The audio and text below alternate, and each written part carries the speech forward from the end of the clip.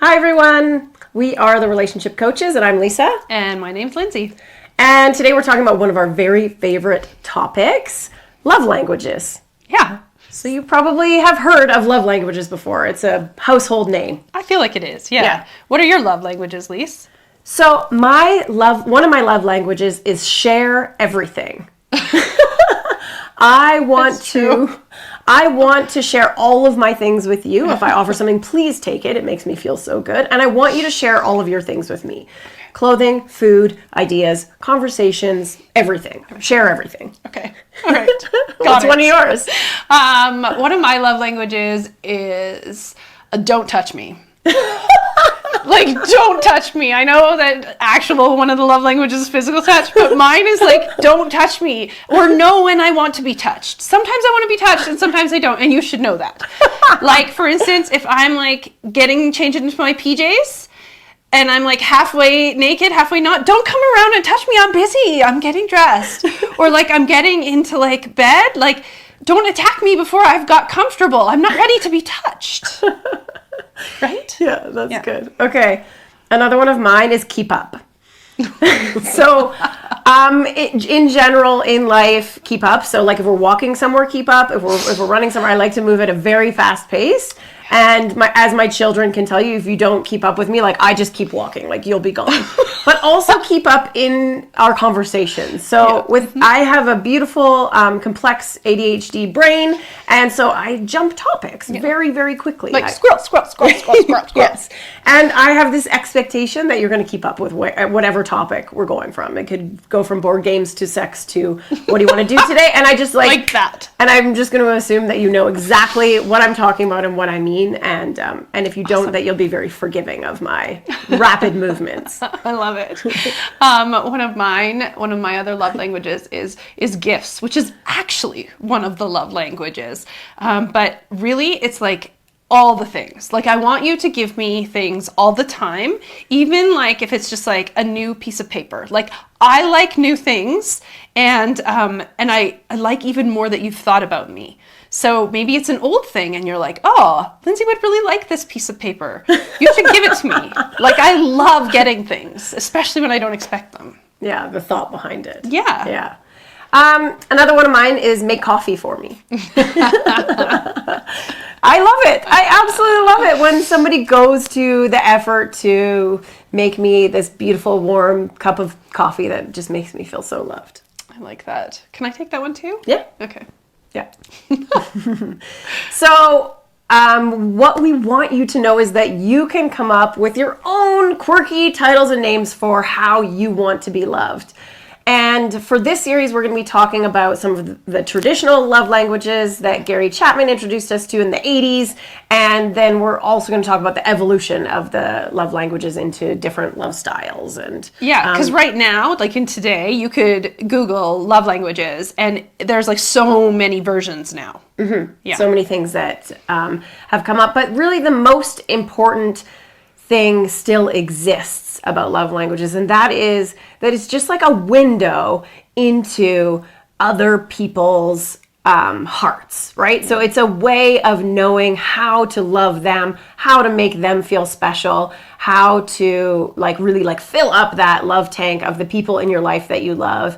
And the funny thing is, quite often people get it wrong when you ask them what their love language is. That, you know, they'll say like gifts. Oh, I love giving people gifts. And it's like, no. Like, it's not what do you like? Yeah. How you like loving? How do you like to be loved? Yeah. So that's the most important thing that we want you to start thinking about, is it's not about like how you give love. It's about how you want to receive love. Mm-hmm. Good distinction. Yeah. So good. So what's a key point here when we're talking about love languages is that it's really important to know how you want to receive love, but you also need to then communicate that to your partner so that they know how you receive love and how you really feel loved. Because if you don't communicate it, they can't read your mind. Mm-hmm.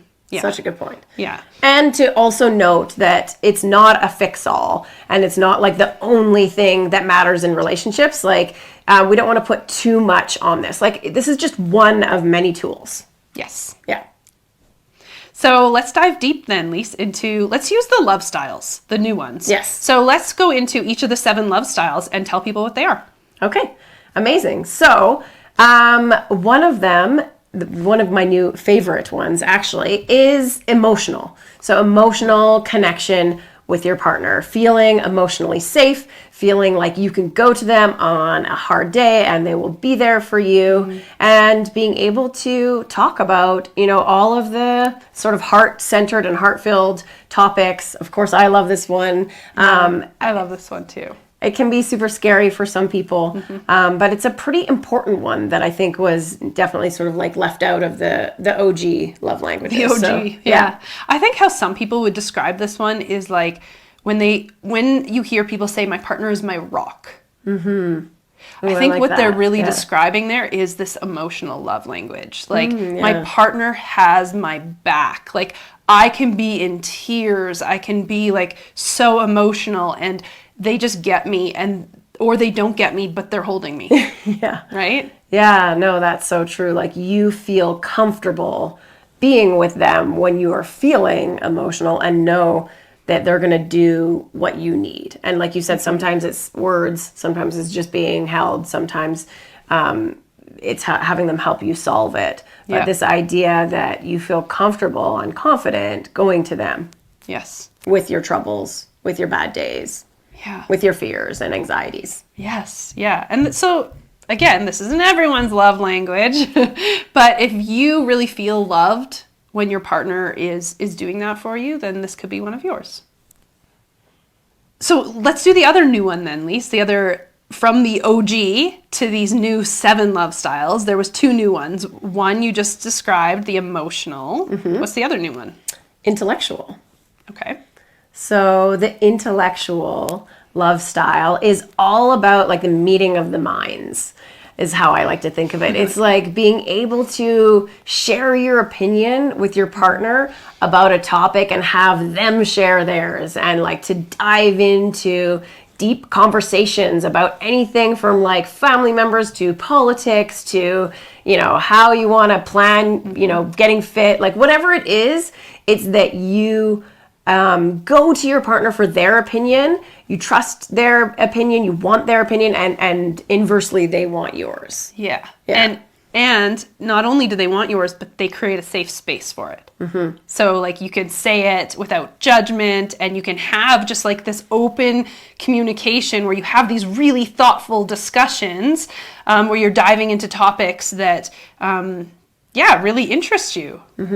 Yeah.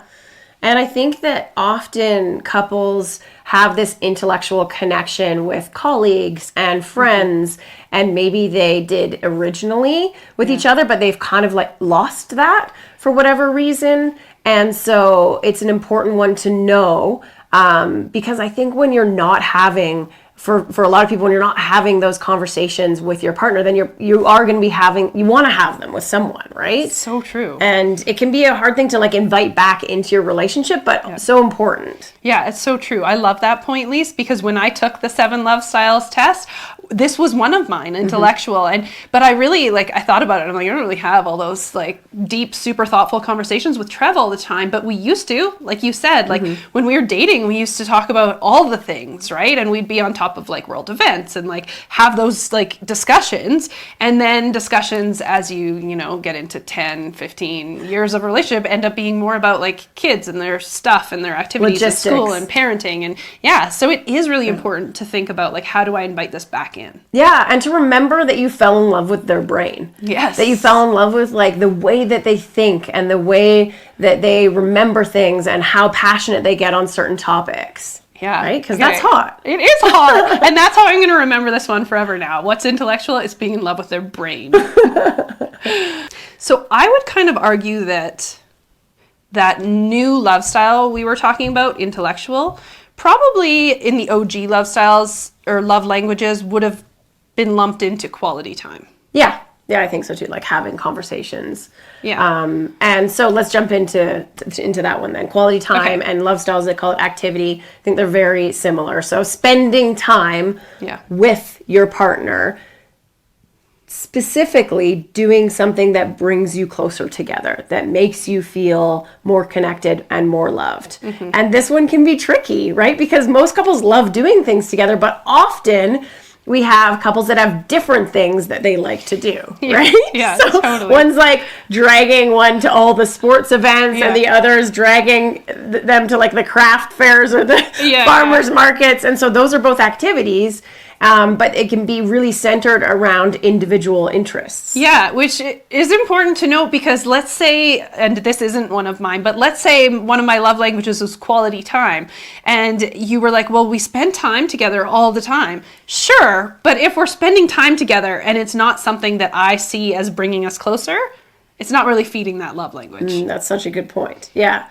So, for example, if we're spending all this time like cooking together or cleaning or taking the kids to their activities or going to family dinners, but that's not what you want to be doing for your quality time, then you're right. It's not really like filling that tank. No, not at all. Yeah. So this one can be tricky, right? So it's important to know like, okay, obviously spending time together is important, but we kind of look at it as like sort of these like three silos, right? So you have the things that you want to be doing, you have the things that your partner wants to be doing, and then you have the things that you do together. And of the things that you do together, how many of those things are things that like you both want to be doing? Right. And that can be hard to find sometimes, right, in a relationship. So maybe you both like doing a certain physical activity like skiing or biking or hiking or something like that, and it's something that you both want to do.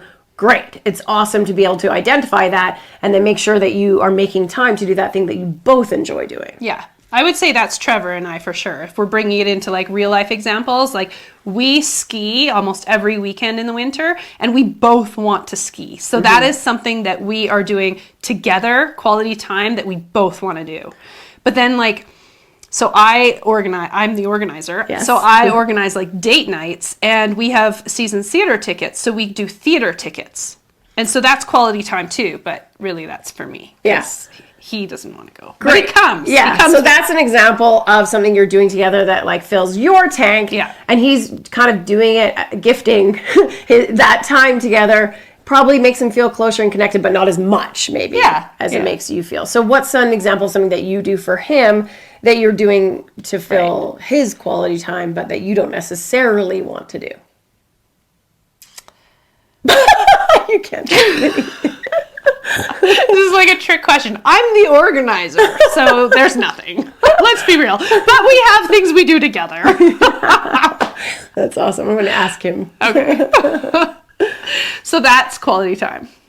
So how can you, if quality time, and this is actually quite a common one for couples, that it is their love language or love style. So if activities together is the thing that brings you closer with your partner, like what can you do to really honor this? Well, we divide it up into like, you can do like a list of 3 things. So what are some things you've done in the past? Activities that you've enjoyed doing, and maybe things you did at the beginning of the relationship that you just haven't had time to, like maybe date nights or checking out new restaurants or going to wineries, or something that you did in the beginning you loved doing but you haven't done in a long time. So come up with a list of those things, and then come up with a list of things that you're currently doing, activities and quality time that you do together right now that you enjoy. And then the fun one is like, what about the future? Come up with a list of things you could do in the future together that would be activities. Maybe you want to, try, going to a new country. Maybe it's about traveling. Maybe you want to, plan your dream home or something like that. But like the idea of coming up with things that you could do together in the future as well. So that could be a fun date night activity. Cool.